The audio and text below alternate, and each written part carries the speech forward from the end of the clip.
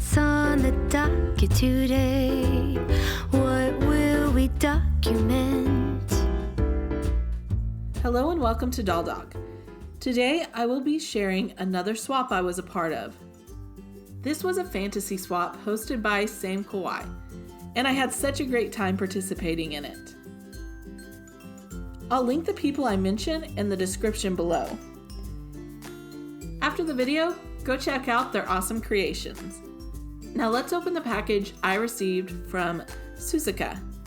Sorry if I pronounced it wrong. A little wooden unicorn ornament, a cute cat keychain, and some adorable gummy bear earrings. Also, some sweets from her country. Here's a base for the doll and a certificate of authenticity. Now let's see what amazing doll awaits. She's gorgeous. I love her flower dress, and all the details she put in are amazing. Now let's hop on over to the doll I made for Astradolls. You might have seen the completed doll over on my Instagram. I'll be using an operetta as a base and wanted to make her a staff. To keep it light, I used some clear straws. I then made some armature for branches out of twisted floral wire and glued them on the straw. The lightest sculpting medium I have is air dry clay, so I wrapped this around the straw and began to shape it into a branch. I then took an awl and poked a hole. This is where I would string some LED lights through. Next, I coated the branch in a coat of white paint and used shades of gray to make it look kind of like a branch from a birch tree. Next, I added this hoop from my jewelry kit along with a blue bead. I also pulled apart the straw. This helps to make it easier when threading in the LED lights. Next, I used craft foam and some gold paint to make some detailing for the staff. After that was finished, I made sure to seal it with several coats of Mod Podge. I used hard coat for this one. It makes everything super sturdy. I wanted to make some feathers to hang off her staff, and so I rummaged around in my craft closet to look for something that I could turn into this. I found this scrapbook tag. Drew out my feathers, cut them out, and then gave them a good coat of white paint. For small items, I have found that if you can clip them in a binder clip, it can help painting become a little easier. After I painted them white, I gave them each their own color of blue, pink, or purple, and painted gradients with acrylics. Now she needs a stand, and I love creating custom pieces like this. I start by putting a layer of aluminum down. This will help me use less clay and make sure there's a hollow space for the lights.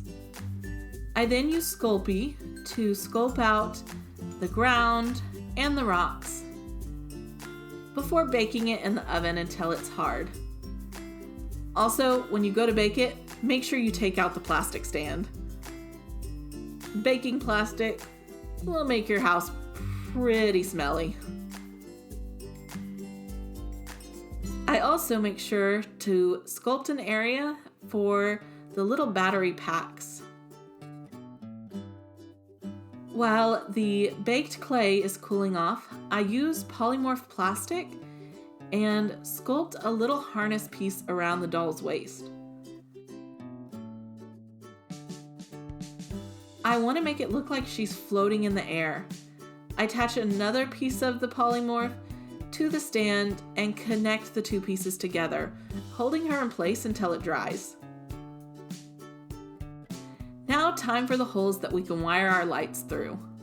I used my hand drill for this and carefully placed the holes where I needed them.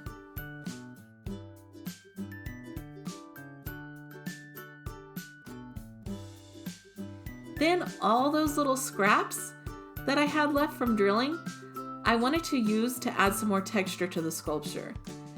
This was added when I thought I'd just be painting this piece. Now let's string up our lights. This process was fairly simple. I just strung the light strand through and placed a single LED into each hole of the base. I tested them to make sure they were all working before pushing each light in flush with the base and gluing the wires down. Then I glued the plastic base onto the bottom. It wasn't setting flush with the table, so I added some craft foam to level it out. I added white to the pole of the stand to make it less noticeable when the doll is on. This is where I got experimental. I really wanted some grass texture, but I had no flocking.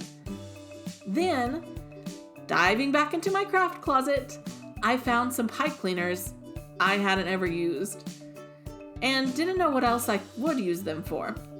So I thought, let's try something and see if we can't make some flocking out of this. I untwisted the wires of the pipe cleaners, which released the little fuzz, and then I dyed them with some alcohol ink I diluted in more isopropyl alcohol. I used 91% for this.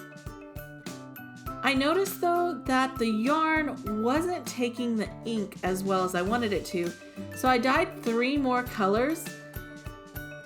These on the left using this rope-like twine. Then, once the flocking was dry, I took a little of each color and mixed it up. These variation in colors really help give it a natural grass look. Now onto painting. I start out by giving the rocks a good coat of light gray. I found when you're painting rocks, don't try to be too exact. Just really let your brush kind of go wild. It tends to give them a more natural look. As I go, I'll be using various shades of gray and just try to break it up. I don't want a solid flat color. Around the bases, I go in with a little bit of darker gray and make sure to push that paint into every nook and cranny. To make these rocks look a little more natural, I decided to add a little bit of brown into them. This could be different types of sediment or even just dirt on the rocks. Now to deepen up the shadows, I go in with a black wash. I also use a brown wash. Now I realized these were a bit too thick and dark, so with just some water, I dripped it on the tops of the rock, letting it flow down, and this lightened up the wash some. I made sure to check the lights to make sure the paint wasn't covering anything, and if it was, I used a tissue and cotton swab to dab everything off. I then used a sponge brush to dab on some lighter color. Using different types of brushes when working with rocks can also help break them up and give them a little more of a natural feel.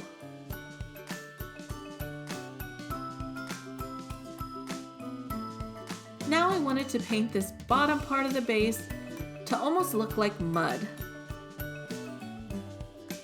I did this using various shades of brown, and now I can start working on the grass. I went in with different shades for this as well. Again, remembering that most vegetation in nature isn't all one solid color. Now to add some highlights to our mud. And if you ever add too much, you can just take a dried sponge brush and dab it off. Once all the paint is dry, I made sure to go in and give it a good coat of hard coat Mod Podge. I just love this stuff. And with some more Mod Podge, I'm now going to apply it so I can lay down my flocking. I start by making sure that I fill in all the deep areas first and get it really good packed in there. And then I work my way into the more middle flat areas. When it's all dry, I just take a brush and brush off the excess flocking. This can be placed in a bag and used for your next project. I wanted the rocks to look not as new and like they had been setting in the forest for a while. So I decided to add a little bit of moss to my base. For this, I just took solid pieces of flocking and coated them with a coat of Mod Podge on top. This gave them that nice mossy texture.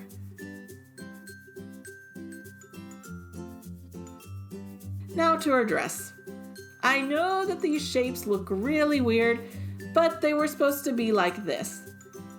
And I'm just horrible at cutting chiffon. I took 2 of each of the pieces and put them together and sewed the shoulders. I also sew a gathering at the shoulders, hem everything up, and sew the sides, back, and front together. I left a slit in the front because I wanted her legs to show through. Let's add some color to our outfit. First, you'll need a bowl, a piece of paper and something to protect your work surface, and a spray bottle. Also, you'll want some 91% isopropyl alcohol. I rolled up my chiffon and secured it with rubber bands. Then I mixed up the colors I wanted and began to pour and spray them onto the fabric. If you get the color too dark, you can just take some plain alcohol and spray it onto the fabric, and that will lighten the color. Then, once it's mostly dry, I unwrap it and hang it up. Now you've got a nice pastel tie-dye. I wanted to make her a petal-like skirt, so I made a pattern and cut out all my pieces.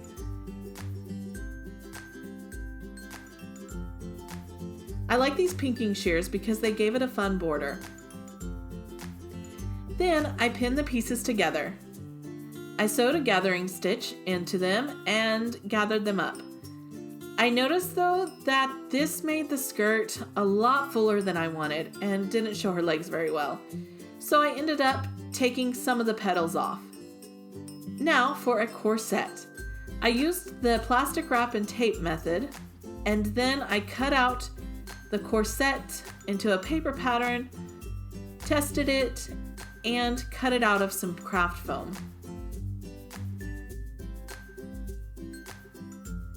Then, with an awl, I punched holes into the foam and inserted eyelets so that the corset could be laced up in the front. Once all the eyelets are in, I mixed together some gold, gave it a few coats, and even painted some string I had gold. Now, I want to make a belt for her skirt. This way I can attach Velcro to it. After this was sewn on, I removed the gathering stitch, flipped the belt up, and attached the Velcro. Now let's work on her face. I start by cleaning off all the factory paint with pure acetone, washing it, drying it, and sealing it with Mr. Super Clear. Then I sketch on where I want the placement of her eyes and brows, and begin contouring with soft pastels. After that, I begin to add white to the scleras of her eyes. I've started using Caran d'Ache Super Color, and I love how this becomes way more opaque and a lot less layers than my Faber-Castell. Now, I still use Faber-Castell for the other colors on the face, but for the white, I love the Caran d'Ache. For her face, I really wanted to stick with pretty purple and pinks.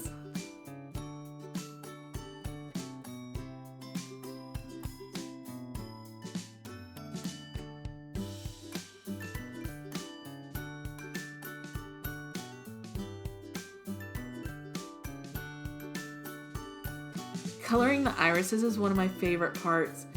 I feel like this is really when the doll's face starts to come alive. Also, I try to keep my pencils very, very sharp.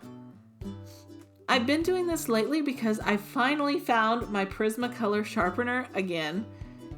And not sponsored, but this is an amazing sharpener for pencils that have soft lead like Prismacolor and most watercolors. So as you may have noticed, I have a new logo, and it's all thanks to Charlie Sparks Designs. His Instagram will be linked below, and if you're ever looking for some good design work, I suggest you check him out. He also made the intro animation for my video.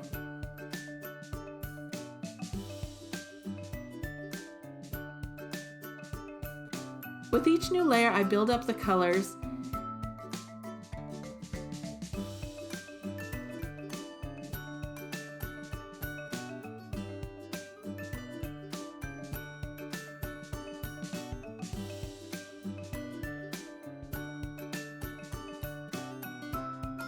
With a white pencil, I add in some highlights to her eyelids, her cupid's bow, and her bottom lip, and under the eyebrows. I like to blend these out with a cotton swab to give them a little softer highlight look. Now to give her just a little bit of darker hairs in the eyebrows, and I throw in a couple of whites just to break it up some. With a dark gray, I go in and add some shading to the eyes. This really helps with dimension. And I come in with a black soft pastel to add even more dimension to the eyes. If you get any where you don't want it, just take it off with a kneaded eraser.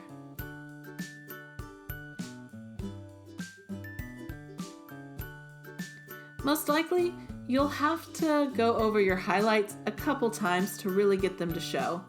This is pretty standard with most face-ups, unless you're using something a little more opaque like acrylic paint. Now with a very sharp black pencil, I go in and start drawing her eyelashes.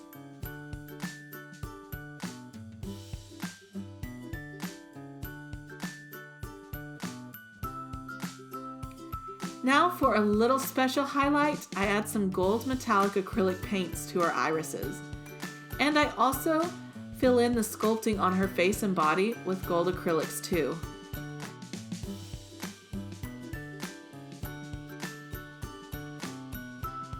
With a dot tool, I add in some eye shines. Now for her hair. I went with some pastel shades of yarn, and I wanted to give her a, how would I describe it?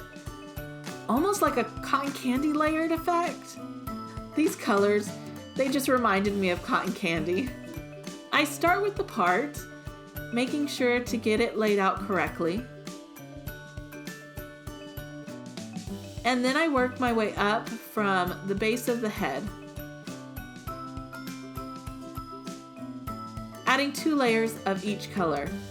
The bottom I start out with a light blonde, then a purple, and next a cotton candy pink. Now let's put her together. I love how she turned out, and I'm so happy that Astradolls loved her too. This doll was so fun to create, and I can't wait till the next swap. If you like this video, please give it a thumbs up, and don't forget to subscribe and turn on that notification bell. Remember, stay creative, and I'll see you later.